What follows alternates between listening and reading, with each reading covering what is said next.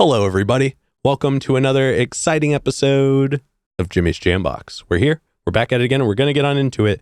But before we do, as always, please make sure to like, subscribe, push all the buttons, do all the things. You know, I don't know where they are, but you do, and I trust you. With that being said, here's a quick word from our sponsors. Organic herbs and botanicals, skincare and edibles, wellness for body and mind. The Brothers Apothecary. Fine teas and remedies. Ronald Records. From indie gems to classic hits, discover the heart of local music. With live shows all the time, up close and personal, and regular releases on their in-house label. Ronald Records. Supporting the community, one track at a time. All right, thank y'all so much for watching again. Shout out The Brothers Apothecary, Ronald Records, and Portland Water. Thanks for keeping us hydrated. And with that being said, let's go ahead and get on into it. Here is today's guest. Hello, I'm Julia Varga. Hello. Hello. Thank you so much for joining us. Thanks for having me. Yeah, why don't you tell us a little bit about, who you are, where you're from, what you do. Give us that Tinder profile of your involvement with music.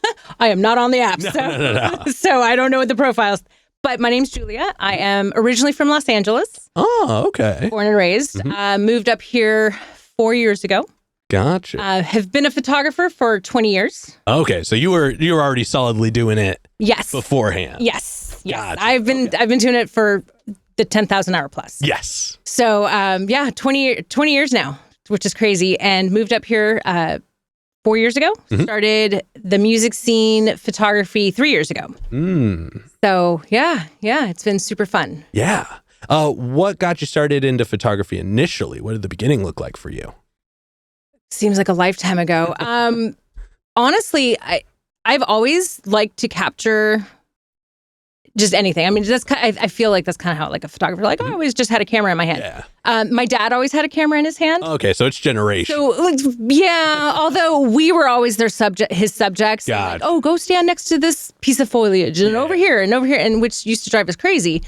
But it also documented our childhood. So I have an older brother. We were well documented. Gotcha. Okay. And I think having a printed album, just being able to flip through that album now, I think is super fun and important. Yes. And so when I first went to photography school, I thought I was going to be a National Geographic photographer. Oh. So much. Is that the recurring everybody thinks they're going to be? Okay. So is that the upper echelon? Yeah, of is that photography? the peak?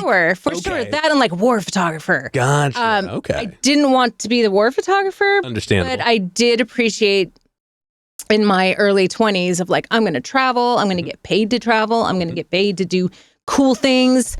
And then I got married and priorities changed. And so while I had just started photography school, and so I changed priorities and thought I'd maybe go to a portrait type photography. So for the first 17 years of my business, of my career, was very much portrait photography, family photography. I worked into some commercial work, products and things like that, weddings.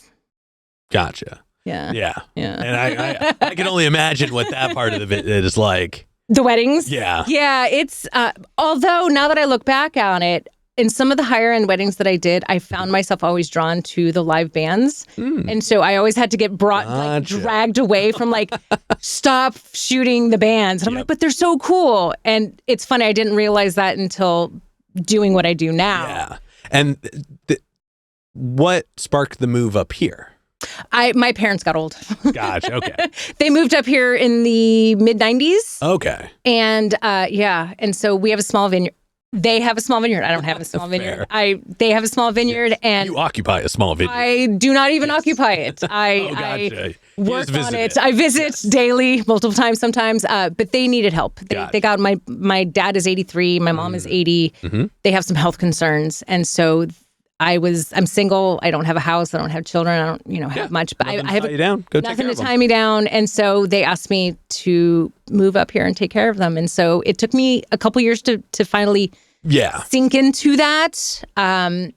even being in LA, I had a great spot. I had a great job. I was freelancing a lot in addition to my portrait stuff. If you can thrive in LA, it's a good place to be. Oh, it's a great place. Like there's some, especially if you like lived there. If you grew up there, you're already contoured to it. You're already ready for that. That's the tough thing to assimilate into. But if you're already there, there's not a lot of places like LA. No. Yeah. No, there isn't. And I was in the South Bay, so like Manhattan Beach, Redondo Beach. So I was living near the beaches, and weather was never really a concern. Like our big things, I laugh now. Honestly. Yep. I laugh now is because we would have like family pictures at the beach, you know, and I would go there like, oh, it's really windy. Yeah, you're like, reschedule. I have to wear a long sleeve today instead of a short sleeve. Oh no. Very much. So it's like, oh, it's cloudy today. Yeah. Maybe we don't do family pictures. I'm like, I don't have to put my sunglasses on. I'm not going outside. I know, we're so bougie. We're so bougie. But I really did enjoy what I did there. I got to take off my shoes. I got to put my toes in the sand and run around on the beach and get paid for it. Yep. I loved it. But, you know, we make sacrifices. Yes. And so I did that. And it took me a good solid year to not hate it up here? No, that took me more than that. To kind of settle into the move. I didn't understand how drastic it was. Yes. I just kind of went along with the motions and just kind of did it. And so it was pretty drastic. And so I spent the first year traveling and just like not home because my parents were still good. Yeah. Health wise. I'm like, all right, I'm out. See you in a week. Well, that and to really familiarize yourself with an area, you've got to like make memories that exist in it. Oh no! I mean, I traveled. I got out. You just left the. Okay. I left, and I follow a band around the country. You know, some people follow the Dead, and some people follow Fish, and I follow another band around the country, and I did that a lot. What band was it?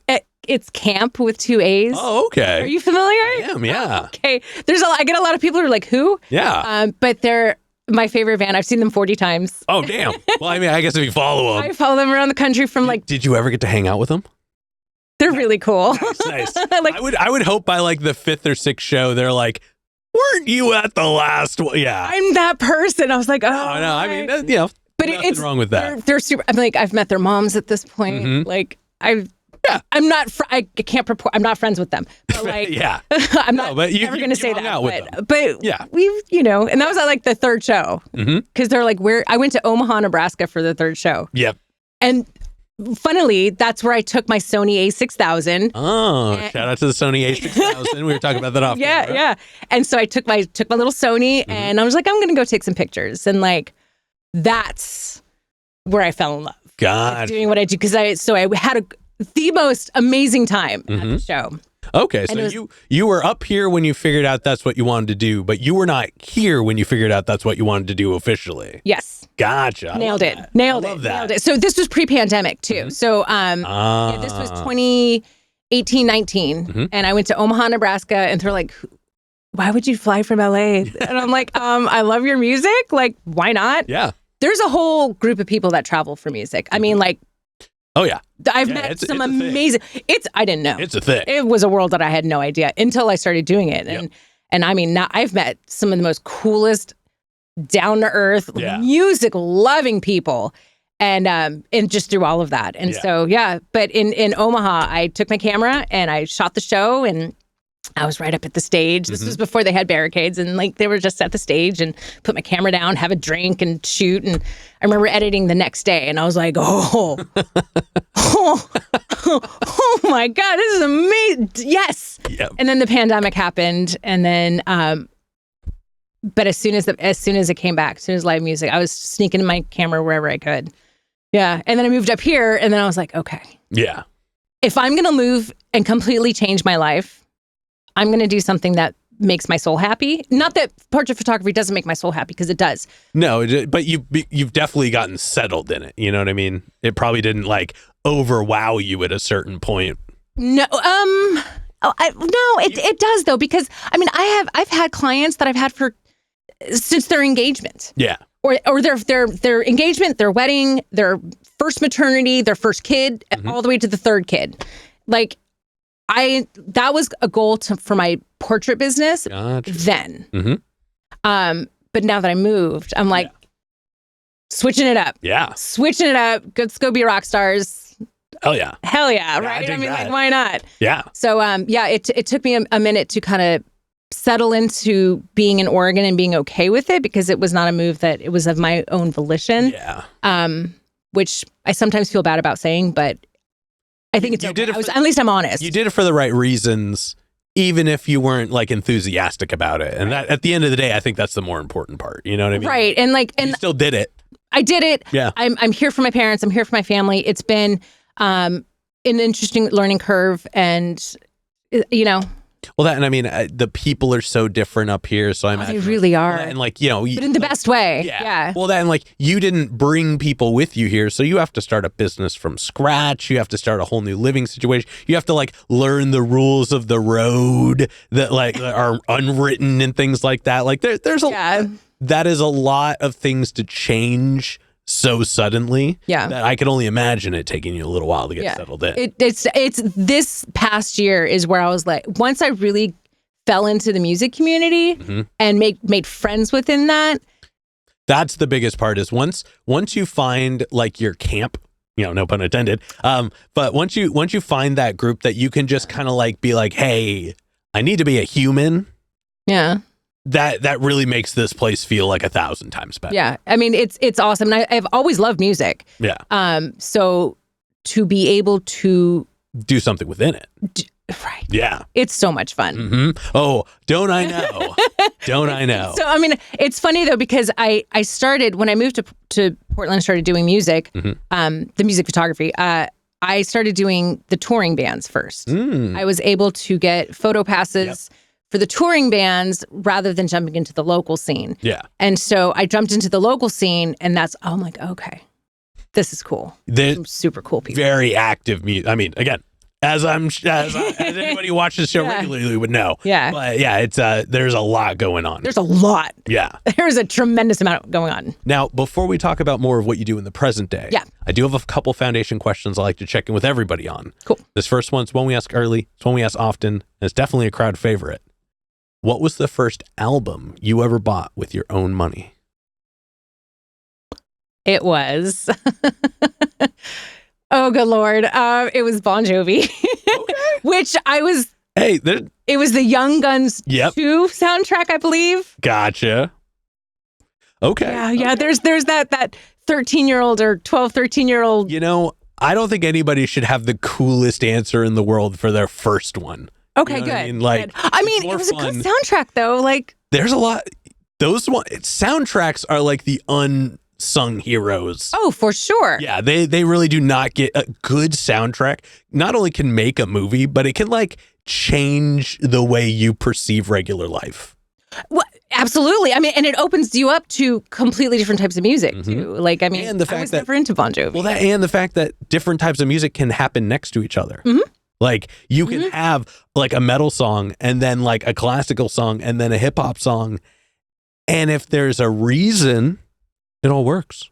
In the span of 2 hours? Absolutely. Yeah. Absolutely. So yeah, I that was my first album. Oh yeah. And then what was one of the first live shows you ever went to that was specifically one you wanted to go to? So like you saw it was happening, you got the tickets, you went to it.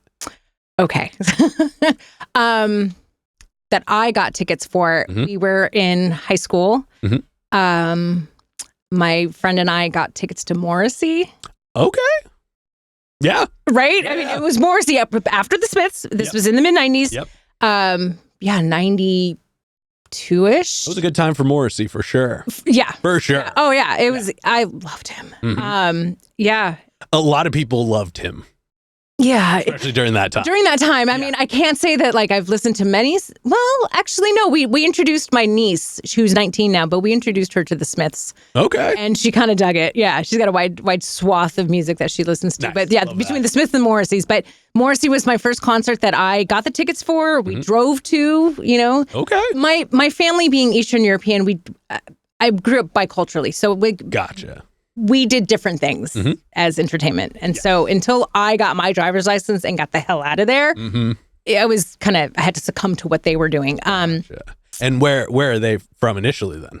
Or we're Hungarian. My family's Hungarian. Okay. So it was a lot of like Hungarian theater. Yeah. I mean, I was exposed to a lot of the arts. but it's all in Hungarian. Yep. Which to a bilingual, I was just like, God, this is so boring. I want to go hang out. As a kid, like I just want to go hang out with my friends. Well, and it was weird how not like there are a few podcasts I take in now that a handful of them, like the people who do it, they are from outside of the country initially, and they talk a lot about specifically going to the theater, like how that. And what's interesting is that I think is a big part. Like, not to say that regular people in America who are from here initially, they haven't gone to theater, but there is a heavier recurrence of it in other cultures here, I've noticed, because that's where a lot of the stories get told. Mm-hmm. So that is like a place where you can go and hear specifically about like your group. Right. And so that's something that I've just found interesting.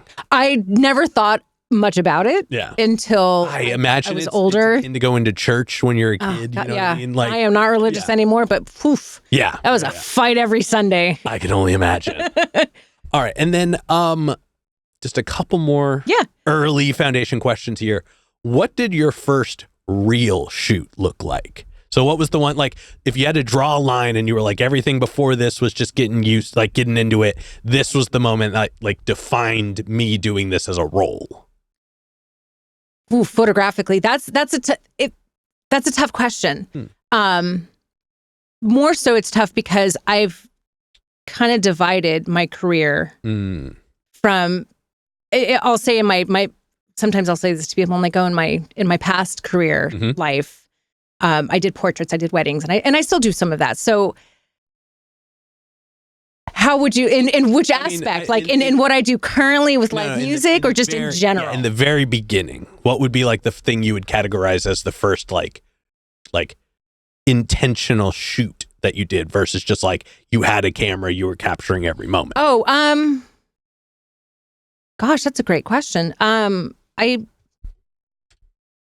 think once I lived in Oregon for a year before I went to photography school. So I was taking photography when I lived in San Diego.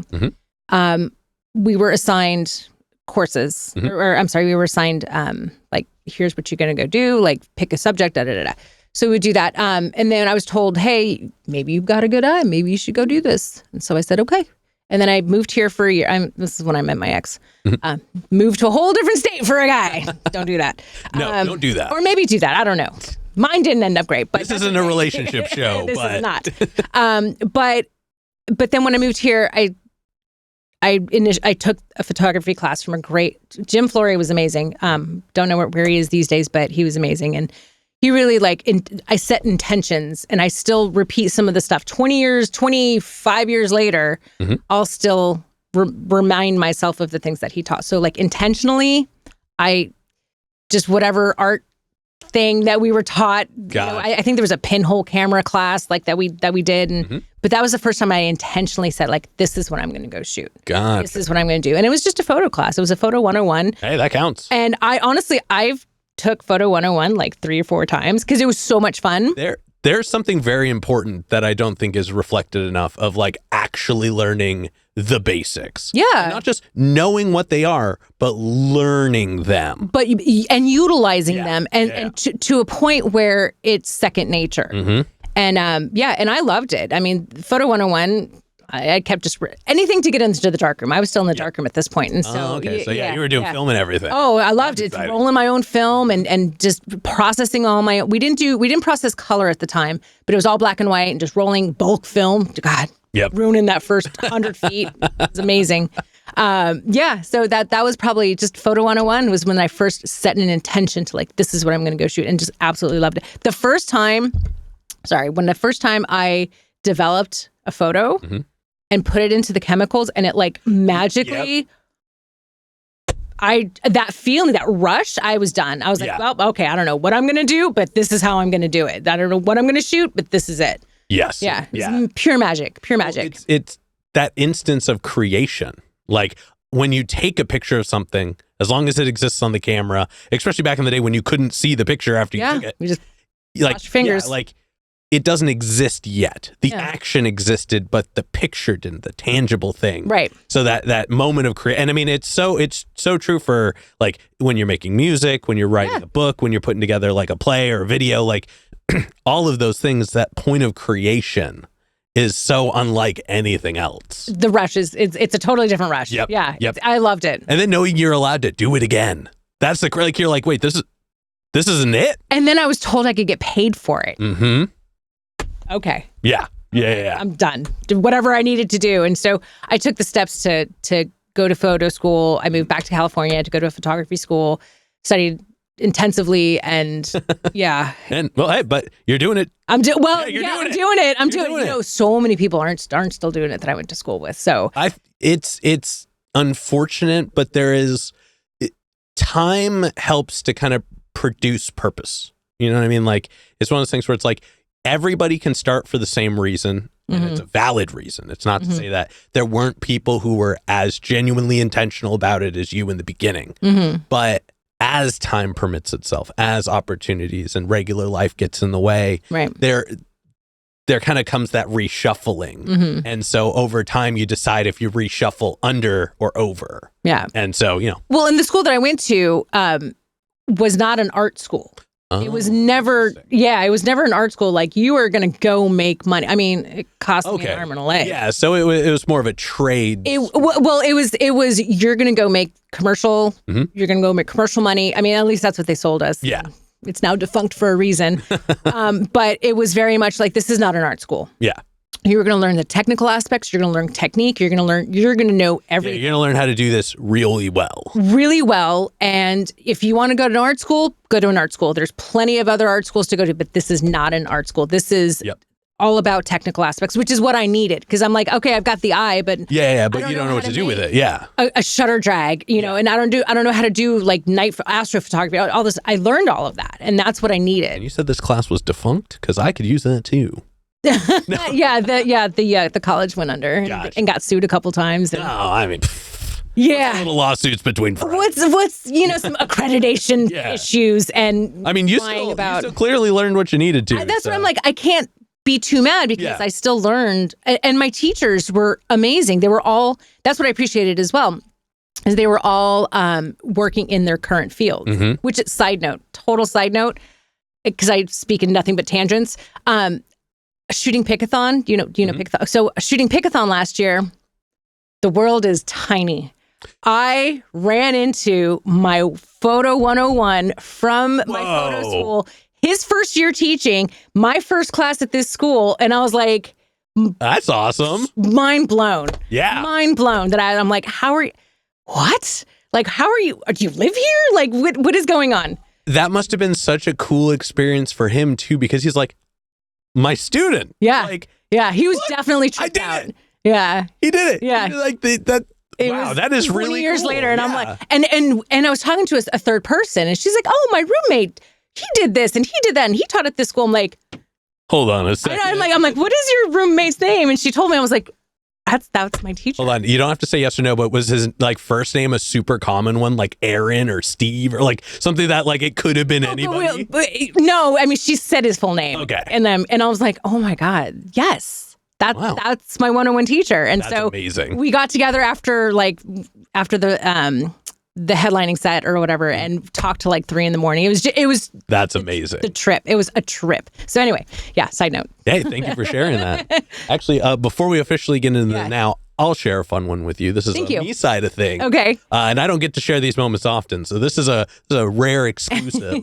I figured out I enjoy, because I did photography during the pandemic. Like, that was my COVID hobby, as we all had one. And then, obviously, now we are Look here. where we're at. So now, like, clearly there was something for it. But I was dating a girl a long time ago now, who was also taking a photography 101 class, and we had to go to she had to take pictures. Like, they had to be like within these parameters, but they could be anything. Yeah, but they were still loosey goosey enough. So we went to downtown, and there were a couple of times where I was just like, hey, can I just see the camera for a second? I'm gonna take a picture of this.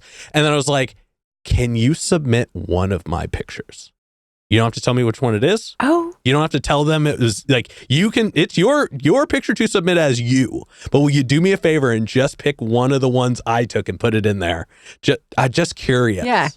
And it was the only one that got commented on, and it was a very positive comment. Yeah, so hell yeah. Good for you. You never know, but I didn't take any classes, so I don't know what anything is. But I think there's a lot to be said about just a natural a talent or an eye, you know, and like I said, I had the eye, I just needed the technique. I didn't understand shutter speeds, I didn't understand focal length, I didn't understand. Still don't. Right, but that's what I mean, because I knew this is what I was going to do. I don't care in what aspect.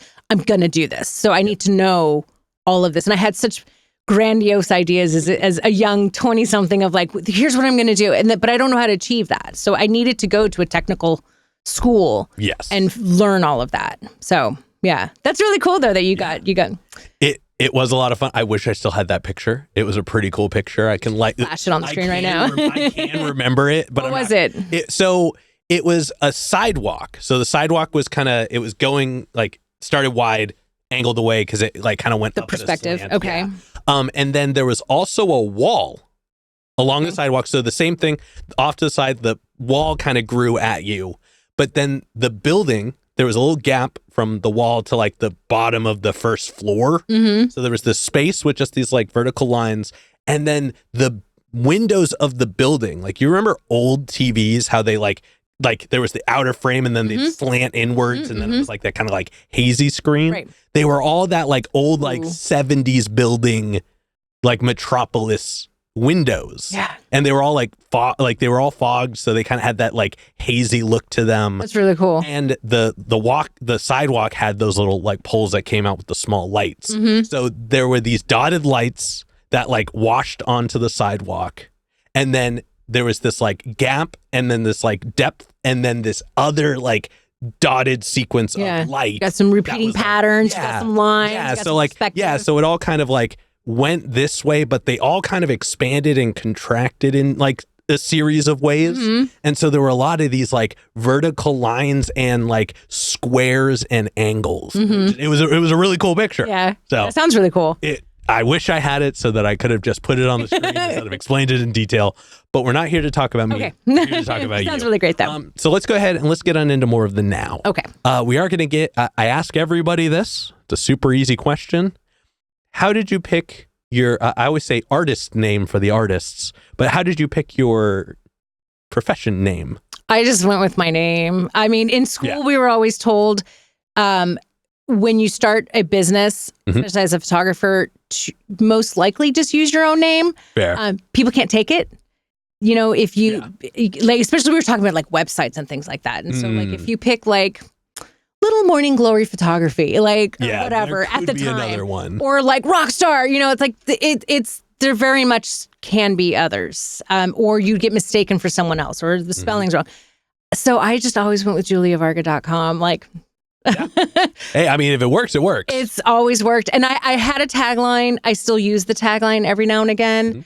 But at this point, the taglines and all that stuff doesn't really, kind of coincide with what I do now. But it does for my portrait and wedding end of things, which I'm starting to bring back now because why not? Financially you need to. It's good to do what makes you the money and gives you the room to kind of be passionate about it. Right.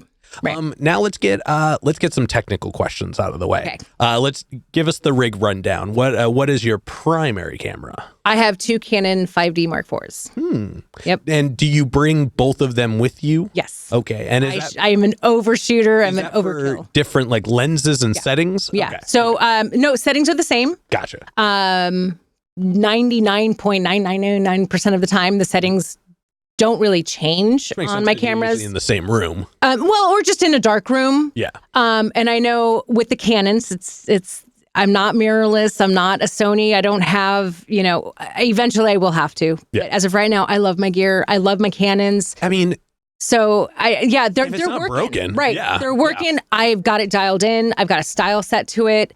So I shoot two cameras all the time. I've got a holster for it. Yeah. Nice. Oh yeah. I am not a subtle person. So I am not one of those that like you can. Yeah, they're like just pulling out. No, No, you see me. I want the backpack with like the thing that goes over. Should. Like, I'm.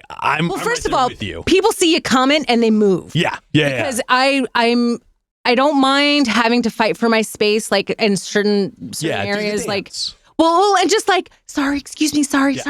Like I'm not bougie enough to say that I love a photo pit. I mean, I love a photo pit. Yeah. Then I'm not fighting other people, and usually 99% of the time, people in the photo pit have the etiquette to like, okay, everybody just kind of moves around one another. But like, a lot of the rooms in town, there's not room. There's just I am standing there right at when doors open. I am right there in the front making friends. Like, hey, I'm really sorry, but like once I take out, so back to my gear, I've got a 70 to 200 2.8 on one camera, generally speaking, depending on the room, and then I have a 16 to 35, and the 16 to 35 is 2.8 all the time, all the time. It's the best. I can get full stages, practically anywhere. In any room. And so, but then like in working with the really small spaces, then it's like the only one I have. And then I have a 24 to 70, although that's an art lens. So it's got like it's great for, it's great for shooting a lot of like females because it smooths out the skin. Yeah. And we want to look fabulous. We do. And so I shoot a lot of, but it's a slower lens. So I don't use that. Gotcha. Yeah. So, or I'll use like an 85. I'll do the 16 to 35 on one and then an 85 on the other. But 99% of the time I'll have two cameras. Okay. Yeah. Oh yeah. Yeah. And then how do you edit and post? What are you using there? So I use Photo Mechanic to cull through the images. I'm trying to do better in not overshooting. I'm an overshooter. I don't want to miss a thing. And I mean, if you take all the shots, you don't miss anything. Wayne Gretzky said it right? Yeah. So I mean, you gotta shoot your shot. So but I'm trying to be better every show I shoot with anticipating, and so I try not to overshoot. For the band ones, do you ever ask for a set list after the show? No, like of what they're gonna play. Oh, I'll sneak a photo of the set. No, like ahead of time. Like if you know you're gonna be shooting them, because then you could plan for like, oh, I know when this song a solo comes up here. No. Okay. That's No. something I've been thinking about doing, so I'm always curious if other people do it as well. You should. I roll in just not knowing what's up. I kind of thrive on that chaos, though. Believe me, I do it for the showcases. I fully understand the whole like. We'll see what happens, Yeah, and I totally thrive on that. I thrive on. Sometimes I'll ask the artist, like, hey, like if I have any sort of rapport with them, I'll ask them like, hey, is there anything I should be aware of? Especially if I know like. There's one artist that I like to work with, and he has some like super cool dance moves. I'm like, so are you gonna like, and I think a lot of artists are afraid to look at the camera, but we love that. Please look at the camera. Rapid hip hop people, they don't have a problem with. Okay, so a lot of the artists that I work with, really, it's when you're playing instruments, I find that it's a little harder too. Yeah, no, look at us, we love it, and so so we've talked. I'm like, you can look at me and stick out your tongue or make faces at me, like it's okay. But I'll ask if there's anything I should be aware of. If it's a band that maybe is a touring band, and I know maybe they've got something going on, then I'll kind of ask before the show. I try to get there at doors, if not earlier, and try to get down into the green room if they're okay with that, and just kind of chat with them like, hey, what do you got going on? Okay. You going to jump off the speaker or something? Like, are you going to climb the rig? Like, what are you going to do? Can you do a backflip? And if so, what side of the stage should I be on? Like, where in park? Which direction will you be flipping? Can you flip over me? Because that would be super cool. That would be cool. Okay. Right? I've tried. Now, when it comes to like, because like for me for the showcases, I'm always I have my path on the floor that I walk around. But one thing I would never do is like get behind the art, like get on the stage with them. How do you approach that? Like, is that something you like ask the bands if they want you to do? Yeah. So it depends. Some of the larger like rooms, like Crystal or Wonder. Yeah, like obviously some of them you kind of have to do it. Like you need to. Like you need a special like wristband for that. So I've gotten to the point where I know some of the bands that will let me do that, and so I try not to be on stage. Yeah. But I've been asked by security to like please don't get on stage anymore. And I'm like, Gotcha. okay. Okay. You push it. Yeah. You ask for forgiveness rather than permission. That is- sometimes. In the realm of arts, that is, it's part of the territory for sure. And I try not to be that person. I'm like, give me an inch and I'll take a mile. But No. like, I will. You could take 2 inches though. I will I take. mean, you could take that 3. extra inch, see if anything bad happens, and then tiptoe into and that then last- kind of look Yeah. over my shoulder. And if security's cool with it and the band is cool with it, then I will continue until either I'm asked to move or, the moment is over. And then I'll leave. 1 foot on the outside of the line is still outside the line in sports. So why can't it count in other That's things? what I'm saying. I'm still on the inside of the line though, right? Exactly, So exactly. so I do love those shots though. So I will do my very best to somehow get in there. And some rooms just don't care. So I'll just, they're like, oh, you're here. You're Well, fine. I think even then, like sometimes it's like it depends on the space and like things like that, or if there's even like an option for like the side of the stage. You know what I mean? Yeah, Like, if Mississippi's good for that though. Mississippi Studios is cool. I do like that. I like that they allow me to go always to the side of the stage, Mm-hmm. and then depending on the artist, like there's that back door that they come through, and so sometimes I'll like squeeze on and I'll sit on the stairs at first, and then I'll kind of There's I'm blanking wherever Camp Crush played their album release. I'm forgetting the name of it now. It's a very common venue. I should know this. It's okay. But they have this cool like it's two stories. Okay. And on the upper story, you can walk on like either side of the stage. Like there's a upper balcony walkway. They wouldn't have done no. Gosh, I don't know. There's so many great venues and around town. It's like it's not a small venue, but it's on the smaller side. Smaller side. Yeah, it's not like a Crystal or anything like that. Right. But it was like that was one of those things where it's like, oh, I want to put a camera up here. So this is a shot that would be so much fun. And I've seen other people play there. I don't see a lot of shots from that spot. No, you got to get up there. Yeah, you got to get up so- there. Yeah, Rev Hall is good for that. Upstairs, you can go all the way to the very corners. Although one side is like kind of blocked by like gear. Yeah. But the one side, then another side is really good for it. Is that other side like right in front of the stairs as soon as you walk up it? No. Okay, not the place up. No. At Rev Hall. So if you go up the stairs and then you go, if you're looking at the stage to the left. Gotcha. Yeah. Okay. And then go all the way to where the lights are, and then you can go up the little stairs, and then you're basically, they have that little red light, the little lamp. You kind of look over, and in between the wall and the red lamp is a cool downward angle. Gotcha. And you can get, and it's clear. It's a clear path for the most part. It's a clear view. Yeah. Unless like, I know I've seen some like keyboard players kind of tucked in the back, but like, yeah. And I like that. And then you get the whole bottom floor. And I just love that sweeping view. Yeah. Yeah. And then as somebody who does take pictures all the time, it's your job. It's your I love it. Yeah. In your regular life, do you keep like a camera with you? Are you taking pictures? I don't keep. Casually? Yes. Okay. But I don't keep a camera with me. Okay. I mean, I guess everybody does with their phone technically. Although I have like 10,000 photos on my phone. Yeah. And it's just, I'm constantly running out of space. So I do take a lot of photos. Okay. Constantly. And even when I've been trying to go to shows more just for the sake of actually listening to the music. Sometimes if it's a band that has hired me that I'm not too familiar with, sometimes I don't hear the music as much. I'm listening for cues. Yeah. And I'm listening for things that are happening. But you're busy working. Right. Yeah. But so I don't get to enjoy the music. So this year I'm trying to show up to shows just to be there. Yeah. And it's funny because people are like, "Oh, where's your gear?" Yeah, I'm like, I'm here I'm just a person. Yeah, or they don't recognize me. I'm like, camera in front of my face. Yep. It's like, "Oh, Julia." And I'm like, "Yeah, I know." But that's okay. I'm okay with that. But I still get that itch. Mm-hmm. It's relentless of like, oh, look at that lighting. Yep. Oh, look at that. Oh, he's so into the music. And so like to scratch that itch, I'll take a few photos with my phone. My phone's an older phone, so it's kind of crappy.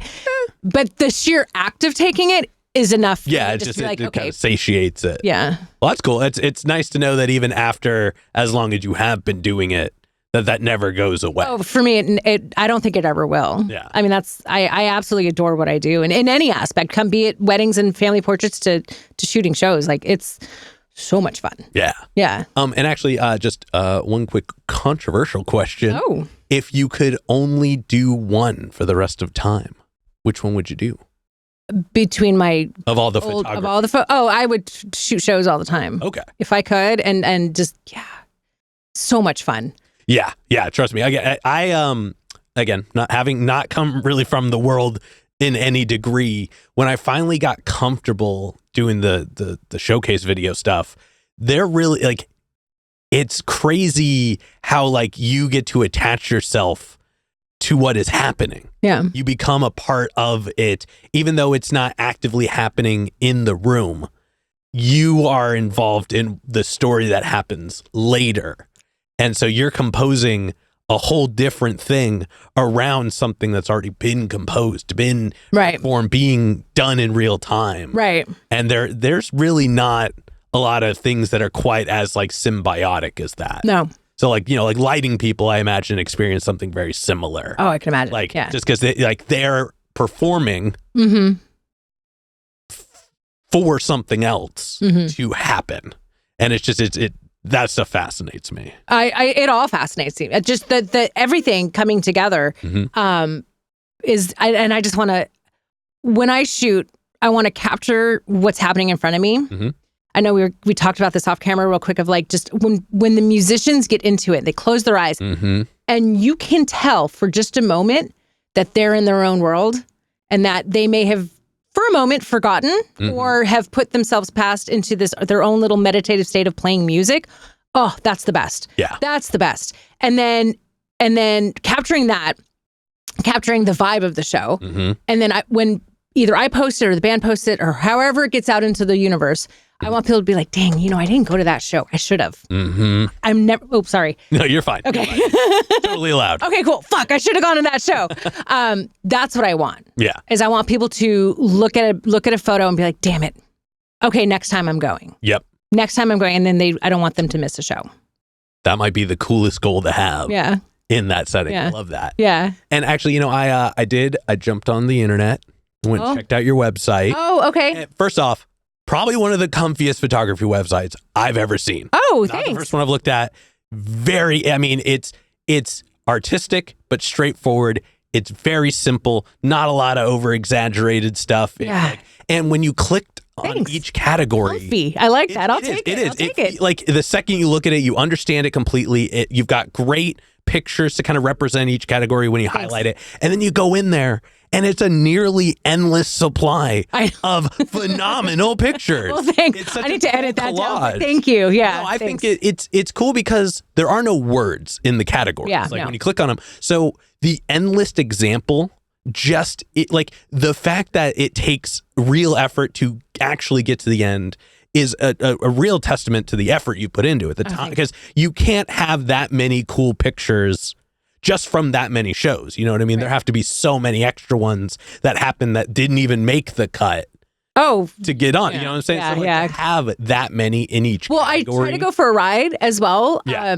And I overshoot. I'm the first person to admit that, but I'm also a terrible editor because I personally get attached to, which is why there's so many images. I look at other photographers' images, like their websites, and there's like 6 in each category, 6 of this, 6 of that. I'm like, how do you do that? And they're amazing. Yeah. And if I was someone who's going to hire them, you're going to get some good stuff. But I just get so emotionally and personally attached to everyone. I can still, for the most part, tell you which song that image comes from. That's awesome. Which is weird. Is probably the coolest thing I've ever heard. Which is weird because like I said, sometimes I don't listen to the music, but I'll still pick up on if I don't know their music, then I'm like, I can still hear it. Yeah. I don't know. Maybe it's the ADHD. I don't know. No, that I can hear the songs. And so there's a lot of, back when I first started shooting camp was like, or when I shot that show and I'm like, I still know which songs these shots came from. I still know when I shoot other bands in town, I'm like, and maybe that I've gotten to know their music, I'm like, I still know what songs they are.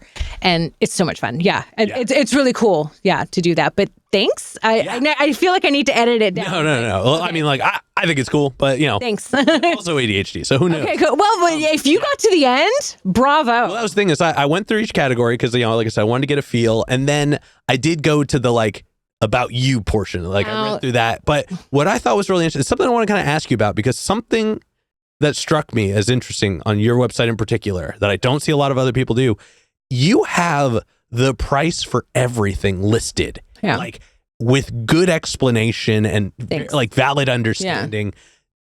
There's so many times where I've wanted to like even try to like understand what I should bring to the table for these types of scenarios. And no matter where I look, people don't post that. There's always the business mentality that has been shoved down my throat is like, no, Make them reach out to you. make them reach out to you. Yeah. But I think that actually prevents people from reaching out to you. Mm-hmm. I feel a couple of different ways about it. It's like, oh, if you have to ask, you can't afford it. No, that's not true at all. No. Or I think in this day and age, we have such short attention spans that if it's not listed, then we'll just go on to the next one. Yeah. I'm guilty of that. So I've always put my prices on the website. Oh, like I said. And if it doesn't fit, and I think hopefully somewhere I've written in there like, hey, just call me, text me, email me, whatever, like telepathic messages. You definitely leave room for like interpretations. These are the prices of this specific thing. Right. As a jumping off point. Like, right. And if you need something different or if you're just starting out, like learning the industry in town and learning a lot of the bands in town, like none of us are rich, man. Like none of us are rich. And I can't in good conscience if a band's only getting paid like $200 for a show, but then they've got 6 band members. I mean, if they're walking away with $3 a person, how am I supposed to take their money? Like, you can't charge them $600 for a $200 show. Right. There's just no way. And like more power to the people who can, but I can't do that. So I would be open to working with the band financially, and hope to work for a relationship with them. Yeah. I don't like shooting one-offs. No, I don't like doing one-offs, which is fine. fine. Tell as much of the story if you do it that way. Right. Or I like. I mean, it's kind of the same idea that I had when I started my portrait business. Is like, let me just grow with you. Let's grow together. And although I'm older than a lot of the bands and people that I work with, although I'm not by much. Yeah. Which I feel like I found my people. But it's okay. It's okay. If you can't. I always tell people. I told one of my friends, just ask. Yeah, you just ask. Like you said earlier, if you can't afford it, just ask. Like you said before, Wayne Gretzky really hit the nail on the head. You miss 100% of the shots you don't take. Right, and that goes for them too. Yeah. Shoot your shot, man. If I'm free and I like your music, and most of the time, like I do. Yeah. And if I the love lineup's music. stellar, the venue's cool. Like there are a lot of opportunities within the creative world that like because my beef right now is with like the narrative of like, oh, I don't want to get paid in exposure. Like, yes, right. That Nobody does. Understandable. Right. That shouldn't be the selling point. Yeah. But sometimes it's okay to do stuff just because it's cool. Yeah. Like that. Sure. That is like, yes. And again, it comes back to building the relationship with someone as well. Exactly. I got an email from rando publicist. And I was very proud of myself. This person's coming May 6th, tonight, I guess he's playing. And, could you come take photos? I'm like, sure.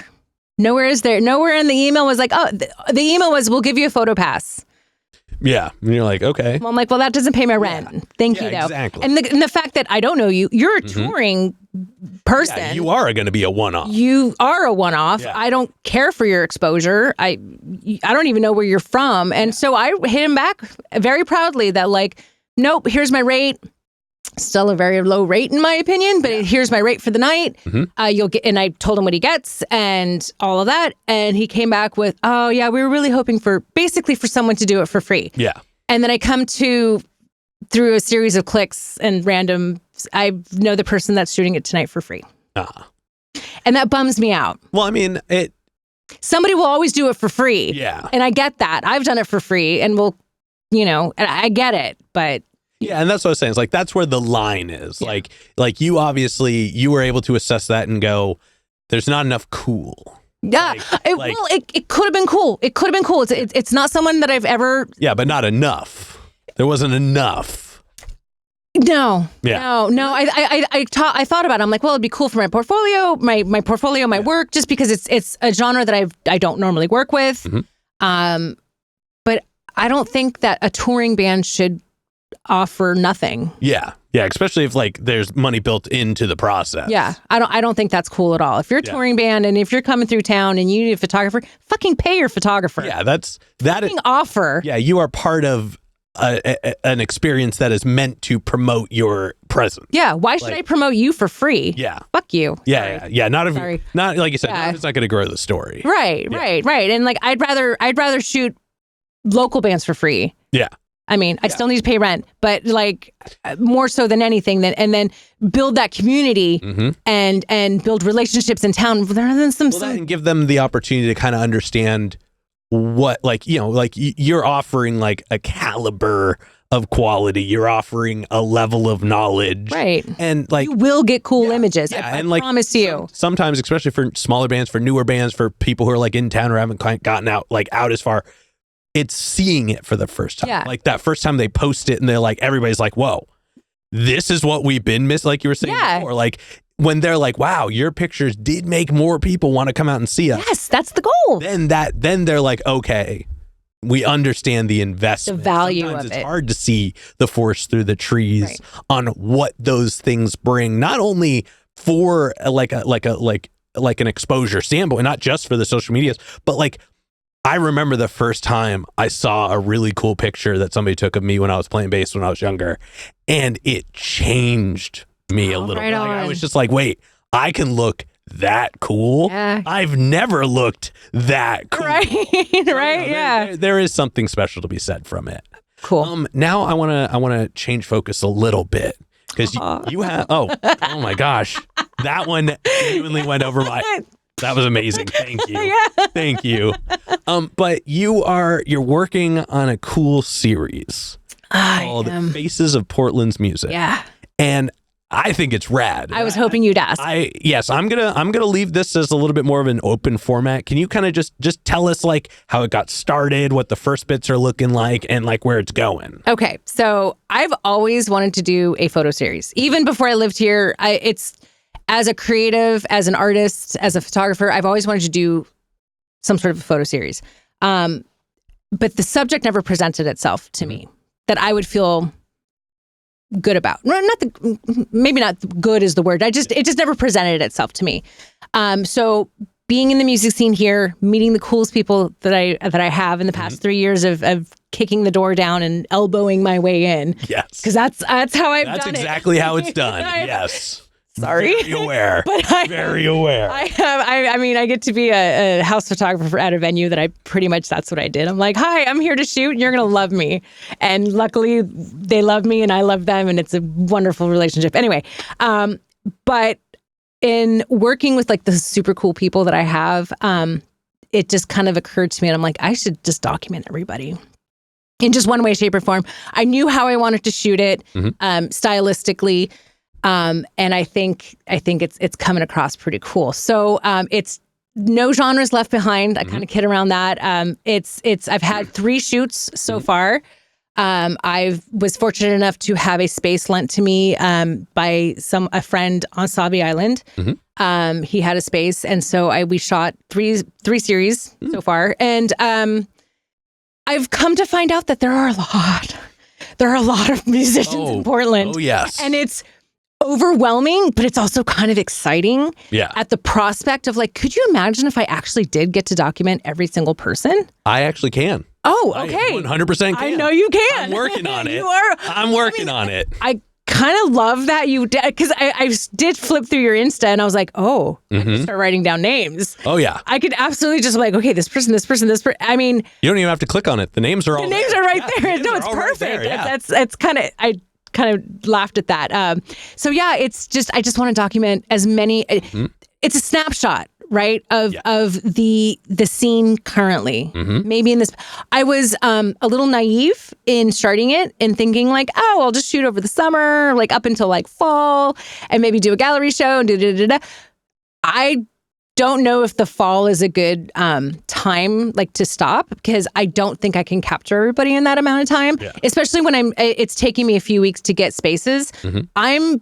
I was footing the bill for this myself and I just can't afford it. I just can't, I can't rent studio spaces. I just can't afford it. Well, we're at least getting into the nicer weather too. So you could easily be using an outside space Theoretically, but the next couple. I have a very specific style that I'm shooting. So it has to like. Yeah, Gotcha. I'll show you off camera, but it's very studio portrait. It's nothing like any of my other work, which is also why I wanted to do this process, is because I wanted to push myself into doing something that I normally don't do, which is studio work. Mm-hmm. Flash and studio lights and all that just terrify me. See, and that's I've always been in the proponent of like I have to do this in a room, like it has this to sit makes down. sense. Yeah, There are a lot of people who do the opposite. There are a lot of people who are like just out in the real world. Here's a little lavalier microphone. Hold on to this while I ask you something right now. and that may work for them. Yeah. But No, I don't think it works for everybody. And no. yeah, But no, I'm a big fan of the like.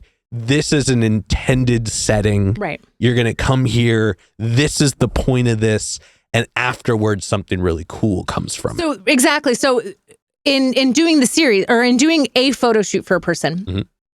again, naive when I first started, I was very specific in how I wanted to do it. I only need a few shots. So I was like, oh yeah, well just come in and go. Come in, come out, go. It's fine. You'll be in and out in like 5 minutes. Mm-hmm. I don't think that's enough time to, as extroverted as I am, I don't think that's enough time to establish some sort of rapport with someone who I don't know. So I've allowed 10 minutes. Okay. Hey, double the time, but I've allowed 10 minutes. I shoot quickly. Mm-hmm. I do only need one shot. So, but I also do multiple poses. I change the lighting ever so slightly. Mm-hmm. But it was kind of an exercise in stepping out of my comfort zone, Mm-hmm. but yet still stepping into a comfort zone of sorts of music. it's interesting because you took the music realm, which is your current passion with it, your love with it, and then portrait photography, Right. which you were already very proficient in. It's your But your not old not world. in studio portraits. Oh, fair. Yeah. Right. No. That's why I'm doing this. I'm like, at this point in the game, I might as well just jump in and Yeah. just, if not, my theory or my whatever, my little mantra was, if not now, then when? Yeah. Yeah. No, I love that. That's I awesome. don't do it now, then when? I mean, I'm a firm believer that you stop growing when you stop learning.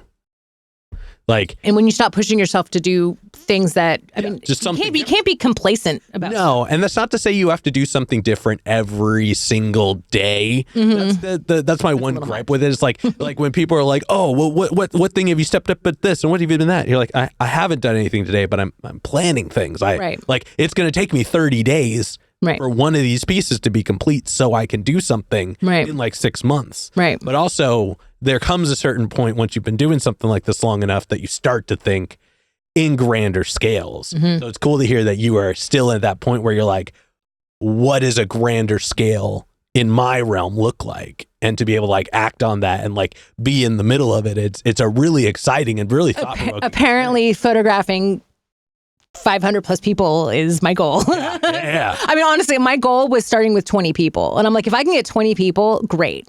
Yeah. See, I didn't know what the interviews were going to look like for this show in the beginning. I thought it was something that I would just periodically be bringing someone on. It would just break the mold, like once a week, maybe. No. Now, 400 plus interviews, 700 plus episodes later. It's crazy. It's a whole thing. Yeah.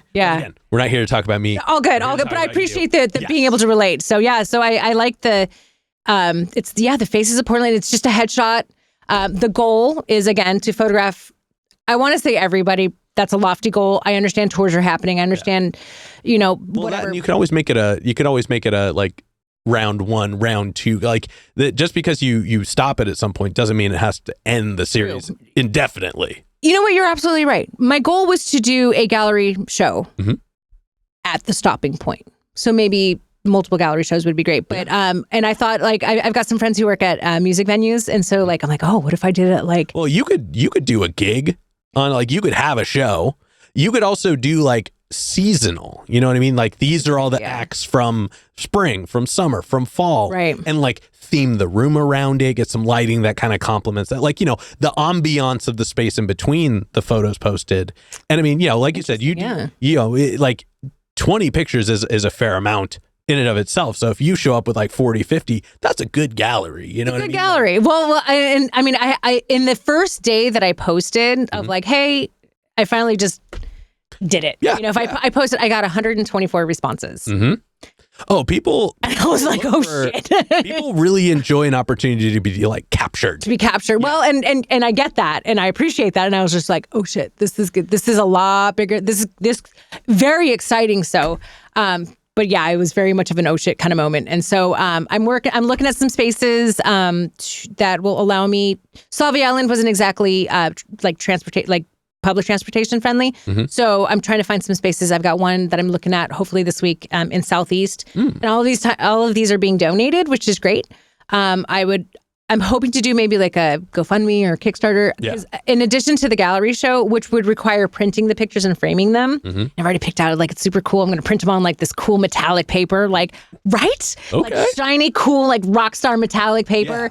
Yeah. And then, but to frame those, that all costs money. And I would love to have them locally done. There's a great printer in Portland, but they cost like $55 each. Yeah, each, like that's insane. And then to do a book.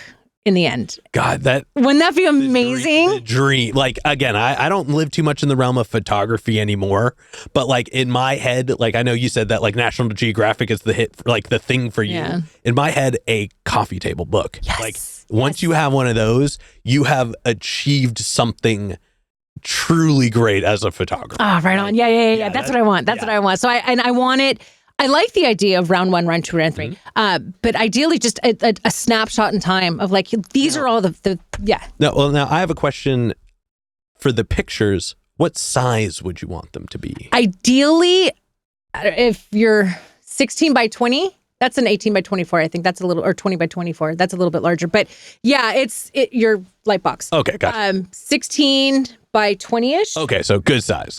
Right. Yeah, because they're pretty, so they're headshots.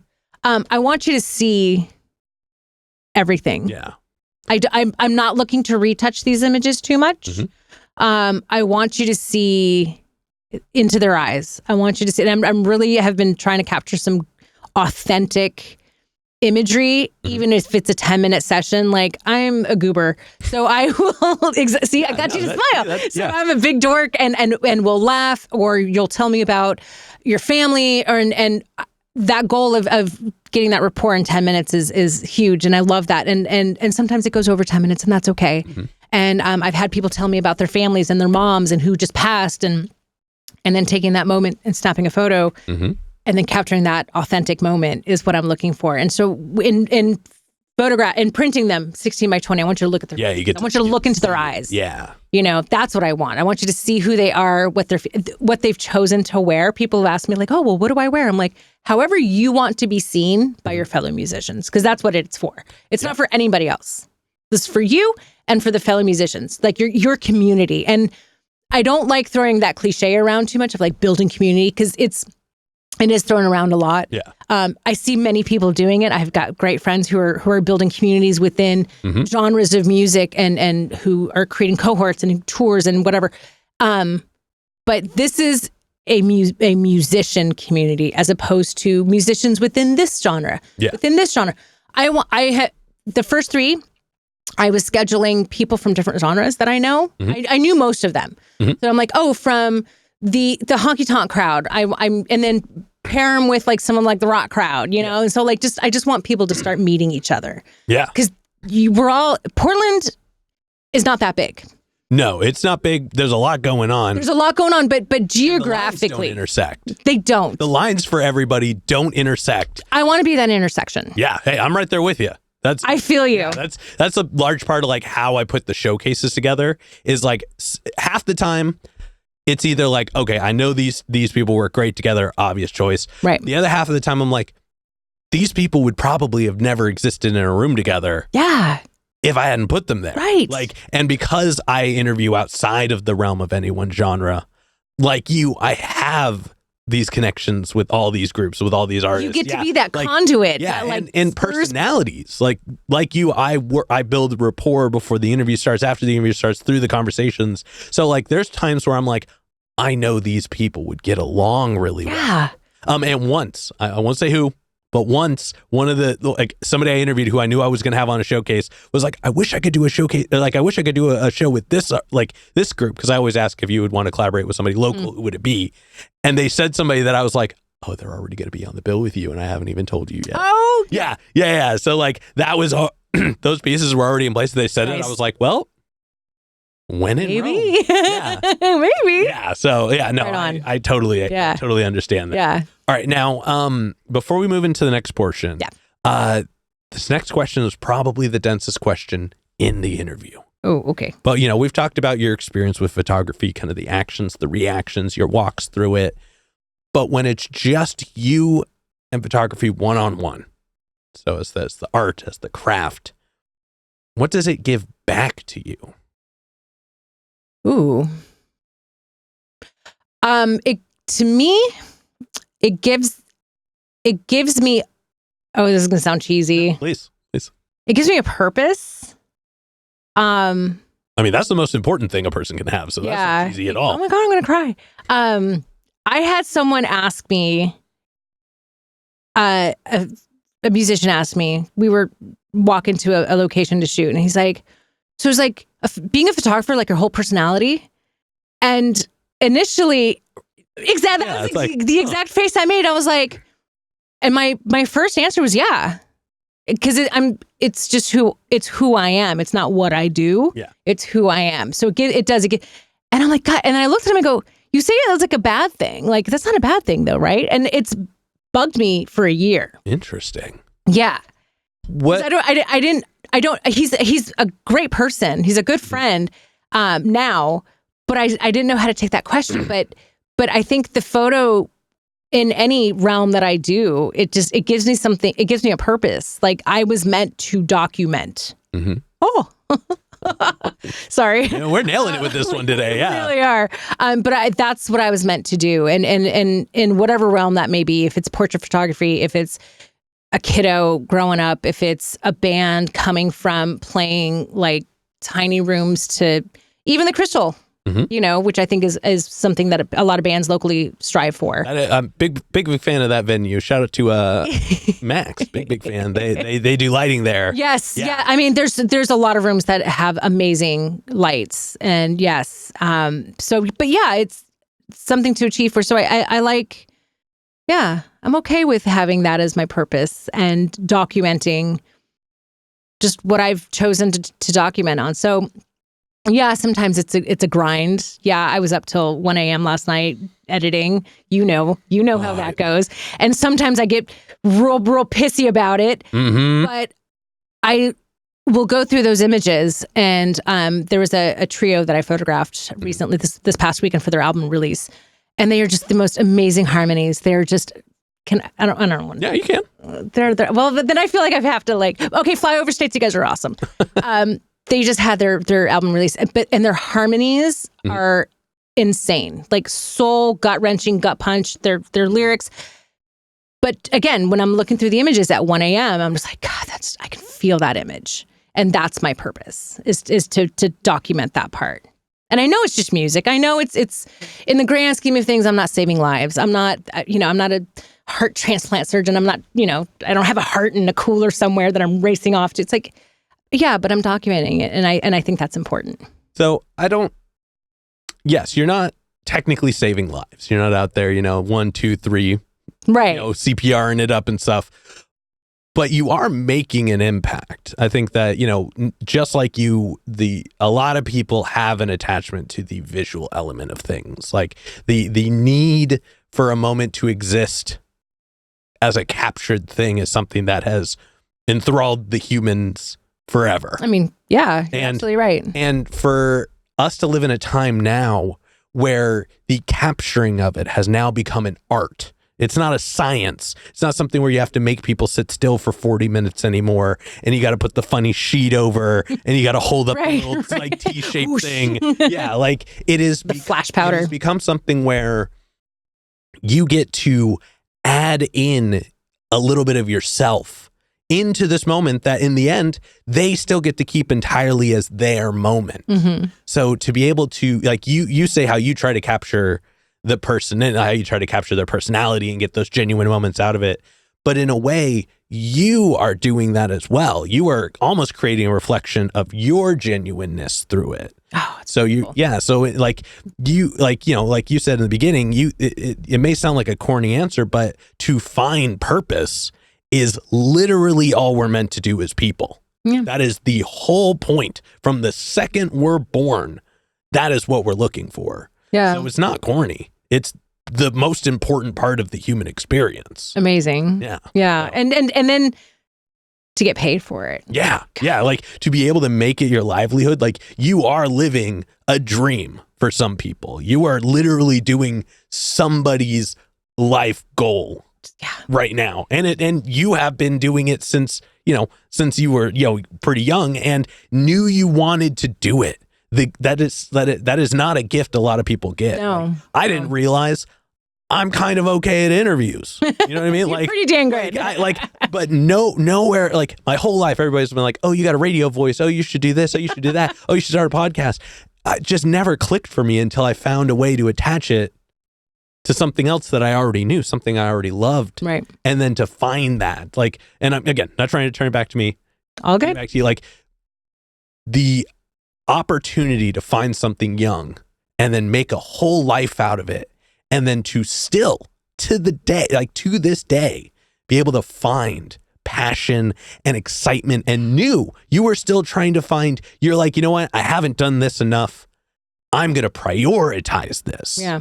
That is amazing. Yeah. That is something that not a lot of people get to have. So No, I think it's awesome. thank you. I've count my lucky stars, whatever blessings, whatever deity you would like to attach that to. I thank them and the universe all the time. Yeah. All the time. Because I can't imagine doing it. I really can't imagine what I would Oh man, do yeah. otherwise. I don't know.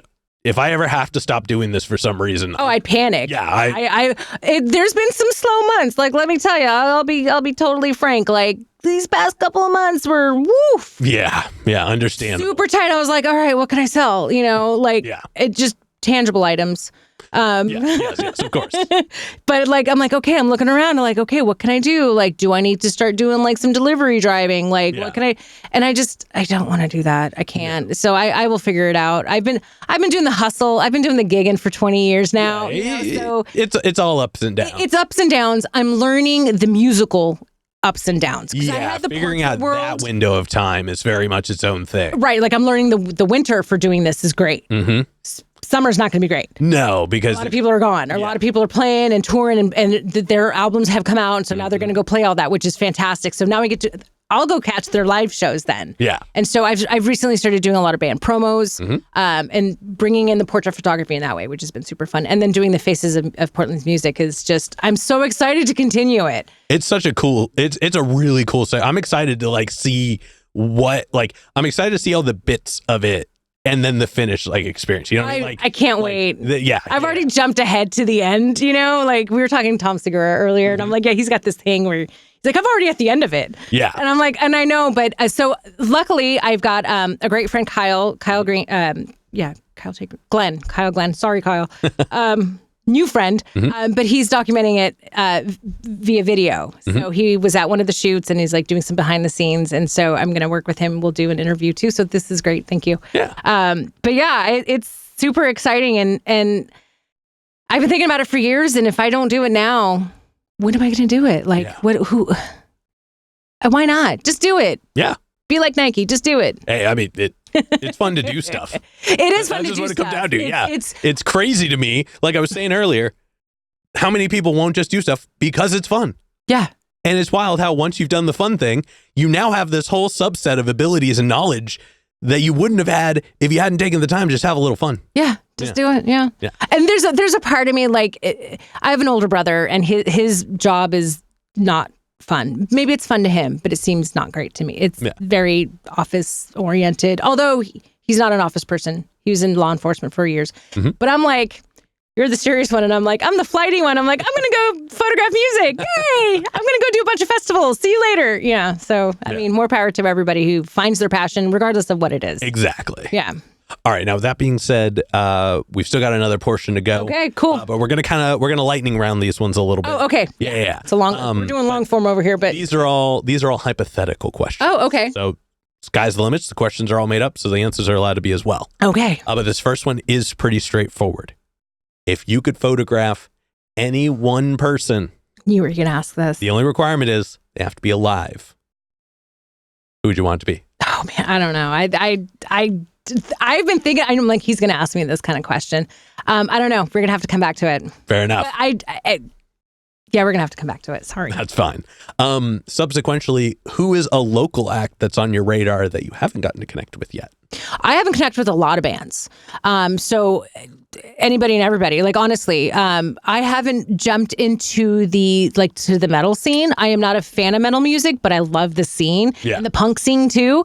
I feel like I'm very vanilla for the punk scene, but I think they would be very fun to photograph. Yes, very much so. Yeah. So, also, they are pretty cool to photographers. Yeah. Oh, exactly. Yeah. No, I'm aware. Yeah. I'm aware. So, I mean, I'm in learning of the subset of all the different types of music in Portland, there's a lot that I haven't experienced. So I want to go to the 1905, which is a jazz scene. I want to go hang out there for a minute. And you should reach out to Machado Majiga. Oh, okay. Yes. Okay. Machado. I'm gonna write that one down. Yeah, phenomenal drummer, super well versed in that realm. Beautiful. And does many other. If you can think of a hat, it probably fits his head. You know, that's what I found about the Portland scene. Okay, this is not lightning round, sorry. You're fine. But the crisscross of so many of the musicians who are like, and then I'm terrible with names with my ADHD. I'm like, I know your face, but I can't remember your name, but I know I photographed you. It's just with, I play with this band and this band and this band and we saw you here. And it's really cool. Yeah. It's really cool. So there's a lot of bands. Locally, they are an Oregon band, but I don't think they're Portland anymore. It's Blind Pilot. Are you familiar with Blind Pilot? No? Okay. I'm going to check them out. Okay. But I do get to photograph them this summer, which I'm super excited. Yeah. They're doing a tour, a short mini tour with John Craigie at Topaz Farm. And so get your tickets. Anyway, but yeah, I think Blind Pilot would be super cool. I've loved a lot of their music for a long time. But they're like mostly out of Astoria. So that counts? Does that count? Yeah, will it count? Okay. So. And then for this next one, like I said before, sky's the limit. Okay. It's pretty literal in this sense. But if you could do a shoot anywhere in the world, and none of the limitations would apply. Okay. So you wouldn't have to worry about like access. Okay. Or, like if it's safe, or like if other, like your subjects can get there. Like nothing. Like it's all gonna work. Where would you want it to be? I don't know. Wow. Anywhere. Poof. Again, my brain can't fathom. Understandable. The accessibility of that question. Let me narrow it down to maybe venues. Okay. Like what are some cool like? Yeah. I'm not one for arena shows. That's fair. So, all the big arenas like MSG, no thanks. Moda, no thanks. The Gorge, no thanks. Red Rocks, no thanks. It's beautiful there, and I will see shows there all the time, but I don't want to photograph there unless I have backstage access. Yeah. That would be cool. I'm sure they have their own pits. Oh, you said this is hypothetical. Yeah. Okay. Yeah. See, I'm already like dimming my own light here. You're all good. It's just too much for my brain to handle. That's fair. Yeah. Sorry. That's all right. It's not a very good answer. That's okay. I guess I never, because I usually ask that for like people, like for like bands or something like, where would you want to perform? Yeah. So yeah, but I guess that makes sense because you can kind of shoot anywhere. I can shoot anywhere. So, and I do shoot a lot of random places. Yeah, I guess even in the realm of portrait photography, you probably shot a lot of places. Dude, if there's some pretty flowers out on a median, I will drag people out there. I'm like, look at these yellow mustard. I'm like, bring the family. It's totally cool. You're fine there. Don't worry about the cars. Yeah. Yeah. So I do shoot a lot. And in fact, I had an artist who was like, just before I knew him, was like, can you come out to Boardman, Oregon, which is just before Pendleton. He's like, there's this great abandoned building, Wes.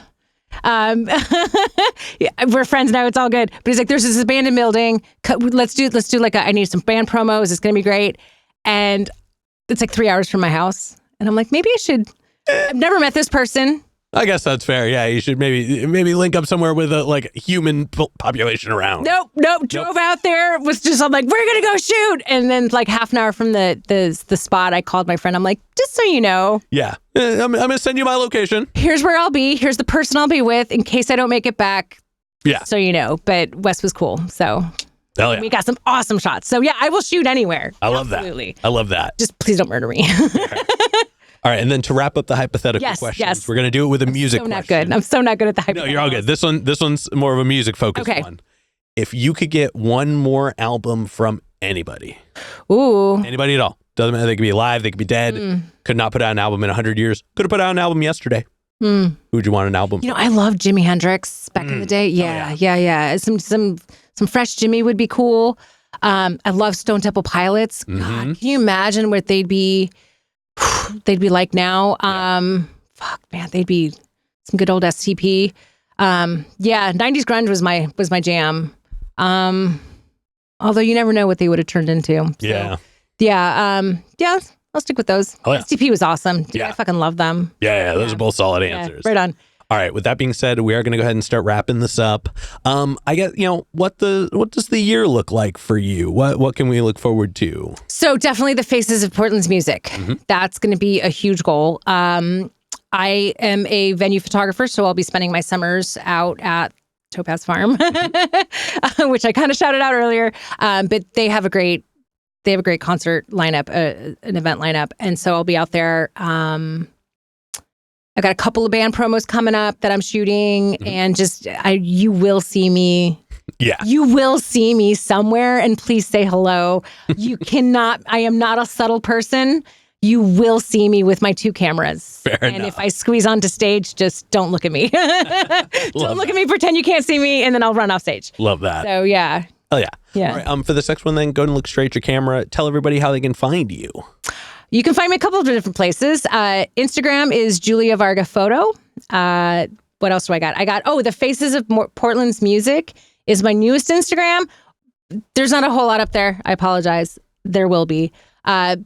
JuliaVarga.com. Super easy. Text me, call me, telepathic messages. I'm all there. Let me know if you need anything. I'll be around. Oh, yeah. And then any other plugs, any other shout outs, anybody else you'd like to put on while you're on here? No, just know that I love you all. I love you all. I might have not said your name, but I'm so grateful for this community. I really am so grateful for everyone that I've met. Y'all are wonderful, and I can't wait to work with you more. Thanks. Okay. All right. Then with that being said, I've got one last question to go. But before we do, I'm going to steal the camera for just a second. As always, y'all, please make sure to like, subscribe, push all the buttons, do all the things. I don't know where they are, but you do, and I trust you. And one more shout out to the Brothers Apothecary, Ronald Records, and Portland Water. Thanks for keeping us hydrated. And with that being said, the final question. And this is entirely up to your interpretation. Okay. But in all of music, what is an album you feel is more on the obscure side? A bit of a deep cut. It's one you think not a lot of people would know, but it's one you think everybody should know. I'm going to have to shout out a local band. Please. The Colin Trio. I have been jamming their album, and I'm sorry I don't know the name of it, but that's okay. It has a really pretty picture on the cover. I'm terrible with track names and album names and lyrics sometimes, but damn, Colin can play the keys, and they are amazing musicians and amazing humans. So catch them in town. And my neighbors hate me because I'm just like, I throw their album on and it's beautiful. It's a beautiful album. Absolutely. Yeah. That is a super solid record. Thank you so much. Yeah. All right. But with that being said, we're going to go ahead and get up on out of here. Thank you so much for joining us Thanks today. for having me. Thank you. And this has been another exciting episode of Jimmy's Jambox. I'm Jimmy. I'm Julia. And we're signing off. Later, y'all. That's a wrap. This is not a podcast. This is a show.